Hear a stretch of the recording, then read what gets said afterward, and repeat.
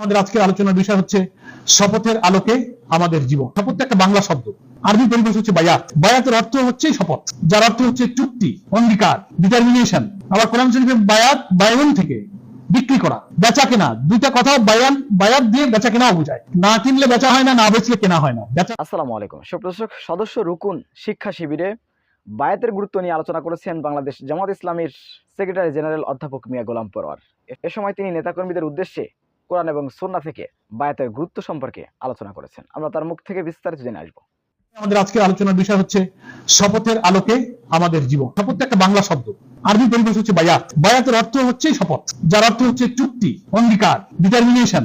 আবার কোরআন শরীফে বায়াত বায়ন থেকে বিক্রি করা, বেচা কেনা, দুইটা কথা বায়াত দিয়ে বেচা কেনাও বোঝায়। না কিনলে বেচা হয় না, না বেচলে কেনা হয় না। বেচার সাথে কেনা কোরিলেটেড। এই জন্য আল্লাহর সাথে ক্রয় বিক্রয়ের একটা চুক্তি ইসলামী পরিভাষায় মূলত আল্লাহর সাথে বান্দার জান মাল ক্রয় বিক্রয়ের যে চুক্তি আল্লাহ কোরআন মজিদে উল্লেখ করে সম্পাদনের কথা বলেছেন, এটাকেই মূলত বায়াত শব্দ দিয়ে উল্লেখ করা হয়েছে এবং বাংলা এটাকে আমরা বলি শপথ। কিন্তু আসলে বায়াত কথাটা বোঝার চেষ্টা করি, আমরা যদি এর ডিপে যাওয়ার চেষ্টা করি, গভীরে যাওয়ার চেষ্টা করি, এর অন্তর্নিহিত তাৎপর্যটা বোঝার চেষ্টা করি, তো সেটা একটা আবেগ তৈরি হয়, এটা আসলে একটা প্রভাব মানুষের অন্তরে তৈরি হয়, যেটা শুধু শপথ শব্দটা দিয়ে সেই প্রভাব সেই আসলটা অন্তরে তৈরি হয় না। সেজন্য বায়াত বলতে আমরা মূলত বুঝবো যে আল্লাহর সাথে আমাদের একটা চুক্তি, একটা কন্ট্রাক্ট, একটা শপথ। ইংরেজিতে এটাকে agreement, business deal, contract, transaction, লেনদেন, কেনা বেচা, এই অর্থে কিন্তু বায়াতের পরিভাষার ব্যাখ্যা করা হয়েছে।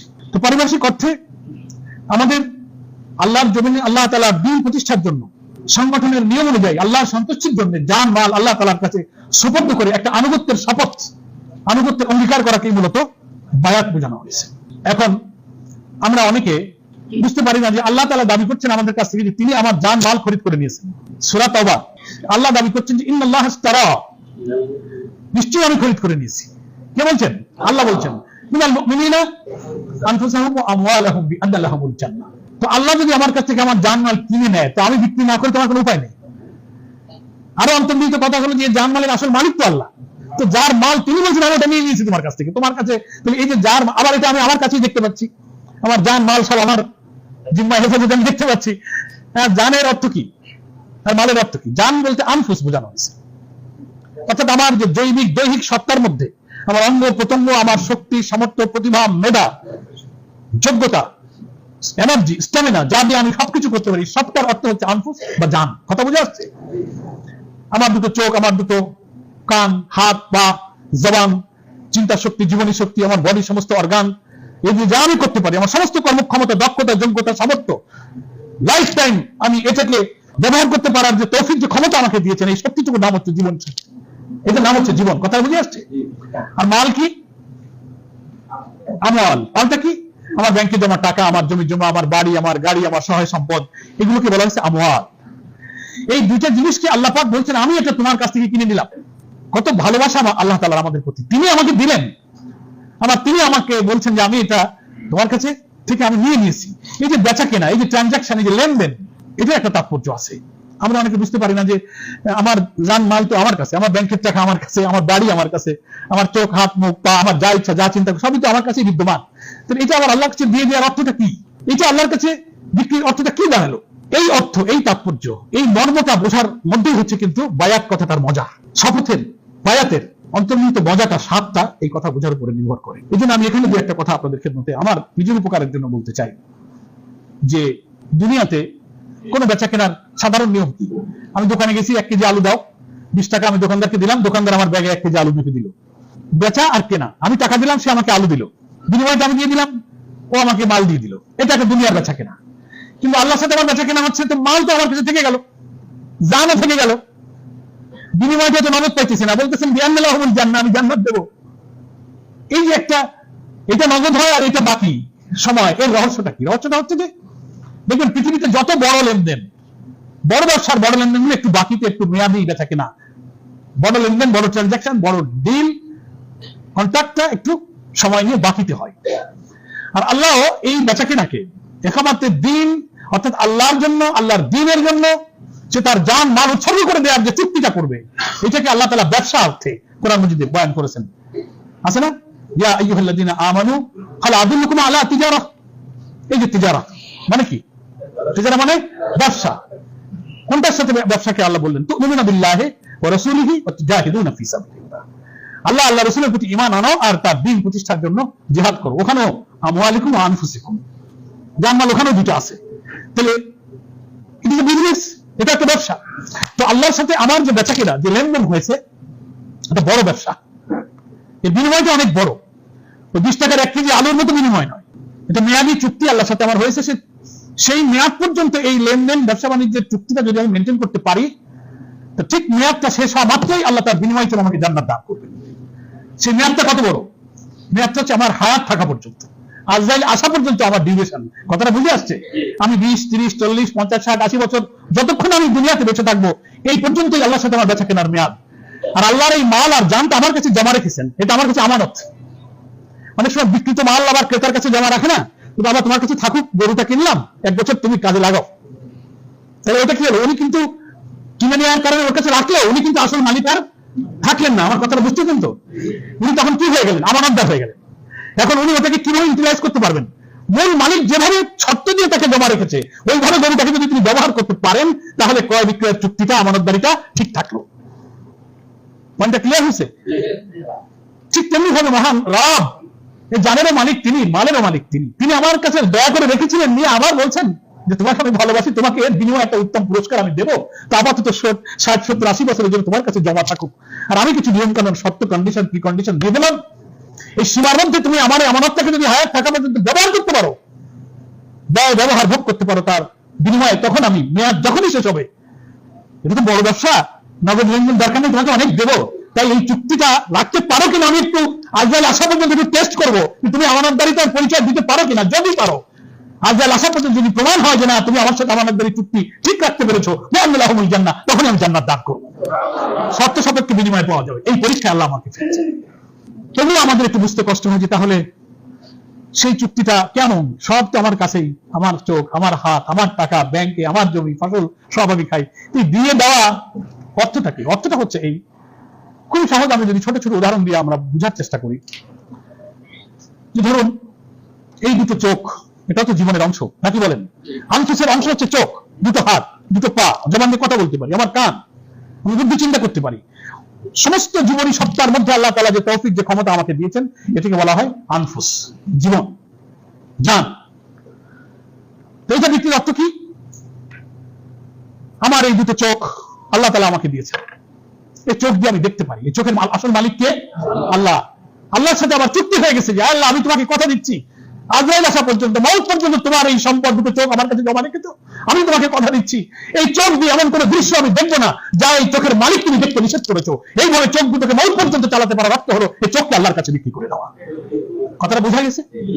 এই জবানের মালিক আল্লাহ তুমি, আমার কাছে তুমি কথা বলার এই জিহ্বা, এই জবান আমাকে দিয়েছো। এই যে আমি মাকে মা বলে ডাকি, স্ত্রীকে ডাকি, সন্তানকে ডাকি, বন্ধুদের সাথে ডেকে হৃদয়ের তৃপ্তি জুড়াই। আমি তোমাকে কথা দিচ্ছি, মউত পর্যন্ত তোমার সাথে আমার চুক্তি হয়ে গেছে। তোমার দেওয়া এই জবান দিয়ে এমন কোন কথা, এমন কোন শব্দ, বাক্য উচ্চারিত হবে না যা এই জবানের মালিক তুমি নিষেধ করেছো। এভাবে মউত পর্যন্ত জবানকে ব্যবহার করতে পারার অর্থ হলো এই জবানকে আল্লাহর কাছে বিক্রি করে দেওয়া। তোমার দুটো কান আমার কাছে জমা আছে, এই কান দিয়ে এমন কোন কথা আমি শুনবো না, গান, বাদ্য, মিথ্যাচার, অনাচার, পাপাচার, কোনো কিছু আমি শুনবো না যা এই কানের মালিক তুমি নিষেধ করেছো। তার অর্থ হলো এই কানকে আল্লাহর কাছে বিক্রি করে দেওয়া। আল্লাহ, এই দুটো হাত তোমার, আমার না। এই হাতের মালিক তুমি, আমার কাছে 80 বছর 60 বছরের জন্য জমা রেখেছো। আমি তোমাকে কথা দিচ্ছি, কবর পর্যন্ত এই হাত দিয়ে এমন কোনো কাজ হবে না, মানুষকে কষ্ট দেবো না, হারাম পথে যাবো না, জুলুম করবো না, মানুষের উপরে অত্যাচার করবো না, পাপ কাজ করবো না। এই হাতকে তোমার ইচ্ছা মতো ব্যবহার করবো।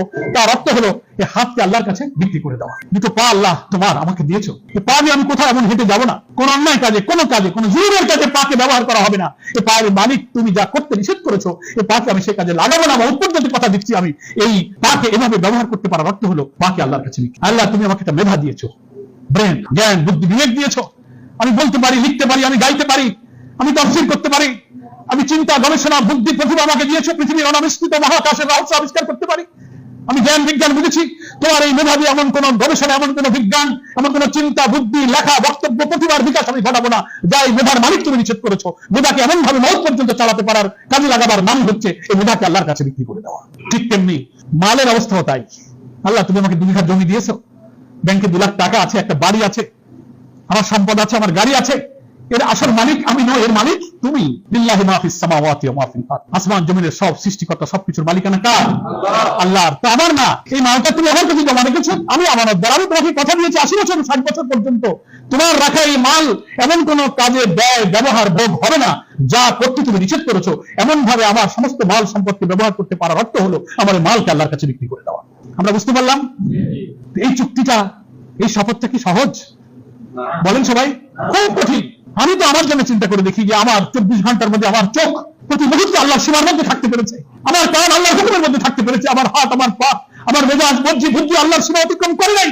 24 ঘন্টার গবেষণায় বারবার আমি আফসোস করি, লজ্জিত হই। শয়তানের ওয়াসওয়াসা, নফসে, পরিবার, পরিজন, সমাজ, রাষ্ট্র নানান ভাবে আমাকে আল্লাহর সাথে এই চুক্তি থেকে আমাকে খেয়ানতের দিকে নিয়ে যেতে চায়। বারবার লজ্জিত হই, আফসোস করি, তওবা করি, অশ্রুসিক্ত হই। আল্লাহ রাসূল সাল্লাল্লাহু আলাইহি ওয়াসাল্লাম এজন্য বলেছেন, নবী হয়েও তিনি প্রতিদিন 100 বারের বেশি ইস্তিগফার করতেন, ক্ষমা চাও, কারণ আল্লাহর সাথে কিন্তু চুক্তি ভঙ্গ হতে থাকে। তাই একটা মানুষ মওত পর্যন্ত আল্লাহর সাথে তার এই যে বেচাকেনা লেনদেন হলো, এটার নাম হচ্ছে বায়াত। সে আল্লাহকে কথা দিয়েছে, এ বড় লেনদেন, বিরাট ট্রানজাকশন হয়ে গেছে। আমি যদি মওত পর্যন্ত এটা করতে পারি, তো আমার জীবন যখন শেষ হবে, আজরাইল যখন এসে যাবে, এই বাকিতে বেচাকেনার বিনিময়টা আল্লাহ পাক সাথে সাথে আমাকে দিয়ে দেবেন। বিআন্না লাহুমুল জান্নাহ। এই 60-70-80 বছরের চুক্তি রক্ষার পরীক্ষা, আমানতদারির পরীক্ষা, জিম্মাদারির পরীক্ষা আল্লাহ আপনার আমার কাছ থেকে নিচ্ছে। দ্যাট ইজ কল্ড বায়াত। এবং যদি আমি এই পরীক্ষায় উত্তীর্ণ হই, দুনিয়ার সমস্ত শয়তানি ওয়াসওয়াসা, নফসের উস্কানি, সমস্ত চ্যালেঞ্জকে মোকাবেলা করে শেষ পর্যন্ত এই চুক্তিটা রক্ষা করে আমার জীবন, আমার চরিত্র, আমার নৈতিকতাকে পরিচ্ছন্ন পবিত্র অবস্থায় আল্লাহর কাছে যাইতে পারি, তখন আল্লাহ পাক আমাকে জান্নাতের সুখবর দিয়েছেন। এই মেয়াদ পর্যন্ত আল্লাহ এই পরীক্ষা করবেন। কোরআন মজিদে সূরা আরাফের মধ্যে সম্ভবত আয়াতটা আল্লাহ পাক বলছেন, আল্লাযিনা তাতাওয়াফাহুমুল মালাইকাতু তাইয়্যিবিন ইয়াকুলুনা সালামুন আলাইকুম উদখুলুল জান্নাহ বিমা কুনতুম তা'মালুন। কোন মুমূর্ষ মৃত্যু পথযাত্রী ব্যক্তি যখন জান কবজ করা হবে, তখন ফেরেশতাদের একটা টিম, ফেরেশতা মণ্ডলীর কিছু অংশ, মালাইকা বহুবচন বলা, মওতের সময় ফেরেশতারা আসবে যখন, এসে যদি তাকে তাইয়্যিবিন, পবিত্র পায়। তাইয়্যিব মানে পবিত্র। এই তাইয়্যিবিন তাফসীরের মধ্যে শুধু দেহ আর পোশাকের পবিত্রতা নয়, চরিত্রের পবিত্রতা, নৈতিকতার পবিত্রতা, আখলাকের পবিত্রতা, আমানতদারির পবিত্রতায় মওতের সময় ফেরেশতা এসে যখন আমাকে তাইয়্যিবিন পাবে, পবিত্র পরিচ্ছন্ন পাবে, যে আল্লাহর সাথে আমার কৃত অঙ্গীকার চুক্তিগুলো আমি ফ্রেশ রক্ষা করতে পেরেছি, যেখানে আমি বিচ্যুতি ঘটেছে বোঝা মাত্রই তওবা করে কান্নাকাটি করে ইস্তিগফার করছি, জীবনটাকে পবিত্র করার চেষ্টা করেছি। আল্লাহ বলছেন, এই তাইয়্যিব অবস্থায় এসে যখন আমাকে আল্লাহ ফেরেশতারা পাবেন, ইয়াকুলুনা সালামুন আলাইকুম, তারা এসে বলবে আল্লাহর তরফ থেকে তোমাদের উপরে শান্তি বর্ষিত হোক, তোমাদের উপরে সালাম, উদখুলুল জান্নাহ, এক্ষুনি তুমি জান্নাতে প্রবেশ করো, বিমা কুনতুম তা'মালুন, এক্ষুনি জান্নাতে প্রবেশ করো, যে আমল তুমি করে এসেছো। 80-70 বছরে তুমি আমানতদারি যে পরীক্ষা দিয়েছো, যে আমল তুমি আল্লাহর কাছে দেখিয়েছো, আল্লাহ খুশি হয়েছে, আল্লাহ তোমাকে সালাম দিয়েছেন, সালামুন আলাইকুম উদখুলুল জান্নাহ, এক্ষুনি তুমি জান্নাতে প্রবেশ করো। তাহলে আল্লাহর সাথে আমার চুক্তির ওয়াদা পূর্ণ হয়ে গেল। ওই যে আল্লাহ তাওবাতে বলেছিলেন বিআন্না লাহুমুল জান্নাহ, ওখানেও জান্নাত, আমার এখানেও আল্লাহ ঠিক একই আমার বিনিময়টা। দোকানদার 20 টাকা পেয়ে গেছিল আলুর বিনিময়ে, নগদ না, বাকির মেয়াদে আমি যখন আমানতদারির পরীক্ষায় যখন পরিচ্ছন্ন পবিত্রতা দেখাতে পেরেছি, তখন আমার মওতের সাথে সাথে আল্লাহ আমাকে জান্নাতের সুখবর দান করেছেন। এটার নাম হচ্ছে বায়াত। এত অন্তর্নিহিত বায়াতের স্বাদ, এত মজা শুধু শপথ কথাটা দিয়ে কি হয়? শপথ কেন বলি? শপথ এই জন্য বলি, এই যে আল্লাহর কাছে আমি জানমালটা বিক্রি করে দিলাম, কথা দিলাম যে তোমার সীমার নির্দেশনার বাইরে আমি যাব না, কিন্তু মানুষের পক্ষে এই চুক্তির উপরে টিকে থাকা খুব কঠিন। তো চারটেখানি কথা না, মুহূর্তে মুহূর্তে চুক্তি ভঙ্গ হয়ে যেতে চাচ্ছে। সেই জন্য রাসূল আকরাম সাল্লাল্লাহু আলাইহি ওয়াসাল্লামের জীবদ্দশায় আল্লাহর নবী তার সঙ্গী সাথীদের এই শপথটা নিতেন, বায়াত। সূরা ফাতহার মধ্যে আছে না, হাতে হাত দিয়ে বায়াতের দোয়ানে, মক্কার বিজয়ের আগে, আকাবাতে, বিভিন্ন সময় আল্লাহ রাসূল বায়াত দিয়েছেন। কি দিয়েছেন? তো কোরআন শরীফে এত সময় কম, সেদিকে বিস্তারিত আমরা যাচ্ছি না। আল্লাহ বলছেন যে তোমরা যে হাতে হাত রেখে শপথ করলে, হাতের উপরে আমার হাত ছিল। সুবহানাল্লাহ।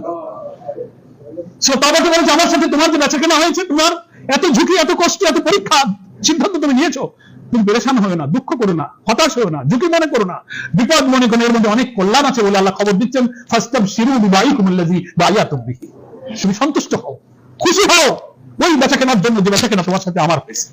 সেজন্য এই ঝুঁকিপূর্ণ চুক্তি এবং বেচাকেনা আমার আল্লাহর সাথে হয়ে গেছে।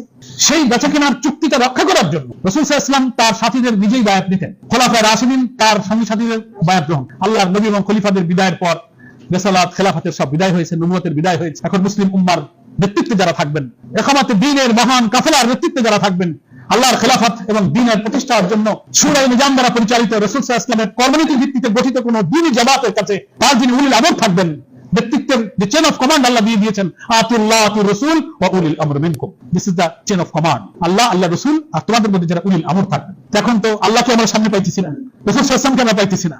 আসল বিকৃত আল্লাহর কাছেই করেছি, কিন্তু অন বিহাফ অফ অলমাইটি আল্লাহ, আল্লাহর তরফ থেকে আল্লাহ রাসূল এবং উলিল আমর যারা থাকবেন, একামতে দ্বীনের জামাতের যারা আমির থাকবেন, কর্তৃত্বশীল থাকবেন, পরিচালক থাকবেন, তাদেরকে বলা হয়েছে উলিল আমর। তাদের মাধ্যমে আল্লাহর কাছে জানমাল সুপর্দ করার এই অঙ্গীকার করে একটা শপথ নিতে হবে। মূলত এই শপথটা হচ্ছে আনুগত্যের শপথ, যে আল্লাহকে আমি যে বেচাকেনা করেছি, আমিরের কাছে আমি ওয়াদা করছি, আমির আল্লাহর তরফ থেকে তার প্রতিনিধি হিসেবে আমাকে টেক কেয়ার করবেন। আমি ভুল করলে ধরবেন, চুক্তির খেলাফ হয়ে গেলে শাসন করবেন, রুকনিয়াত মুলতবি করবেন, সাসপেন্ড করবেন, মুহাসাবা করবেন, সংশোধন করবেন, কন্ট্যাক্ট করবেন, কাফারা করবেন, আমি লজ্জিত হব, তওবা করব। এই যে সংশোধন করার প্রক্রিয়ার মধ্য দিয়ে আমার বেচাকেনার এই চুক্তিটাকে ঠিক রাখার জন্য একামতে দ্বীনের উদ্দেশ্যে গঠিত কোন জামাতের আমিরের কাছে আনুগত্যের একটা শপথ করতে হয়, আল্লাহর কাছে বিকৃত জানমালের চুক্তিটা রক্ষা। সুপ্রদর্শক, জামাতের সেক্রেটারি জেনারেল অধ্যাপক মিয়া গোলাম পরওয়ারের এই বক্তব্যটি আপনারা কিভাবে দেখছেন? অবশ্যই আপনাদের মূল্যবান মন্তব্য কমেন্ট বক্সে জানাবেন। সবসময় সত্য নির্ভুল তথ্য পেতে 12 টিভি 24 ইউটিউব চ্যানেল সাবস্ক্রাইব করে আমাদের সাথে থাকুন। আসসালামু আলাইকুম রহমতুল্লাহি ওয়া বারাকাতুহু।